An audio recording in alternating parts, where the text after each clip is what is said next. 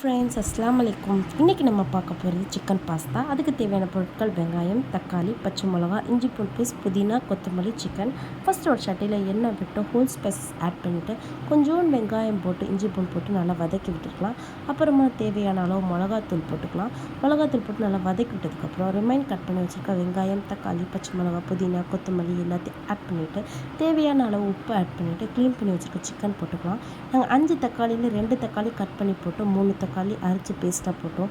பாஸ்தாக்கு அரைச்சி விட்டால் தான் நல்லா சாஃப்டாக இருக்கும் பாஸ்தா, அப்படி இல்லைன்னா காஞ்சி போயிடும். அப்புறம் வீட்டில் இருக்க குழம்பு மிளகாத்தூள் போட்டு நல்லா தண்ணி ஊற்றி சிக்கனை வேக வச்சுட்டு அதுக்கு பக்கத்துலேயே ஒரு சட்டியில் தேவையான அளவு தண்ணி ஊற்றி 1 டீஸ்பூன் எண்ணெய் ஊற்றி பாஸ்தாவை வேக வச்சிடலாம். பாஸ்தா நல்லா வெந்ததுக்கப்புறம் அதை ஃபில்ட்ரு பண்ணி சிக்கனோட மிக்ஸ் பண்ணி ஒரு 5 மினிட்ஸ் நல்ல மசாலாவோட கோட் ஆகிட்டதுக்கப்புறம் அதை எடுத்து சாப்பிட்டா டேஸ்டான சாஃப்டான பாஸ்தா ரெடி ஆயிடும்.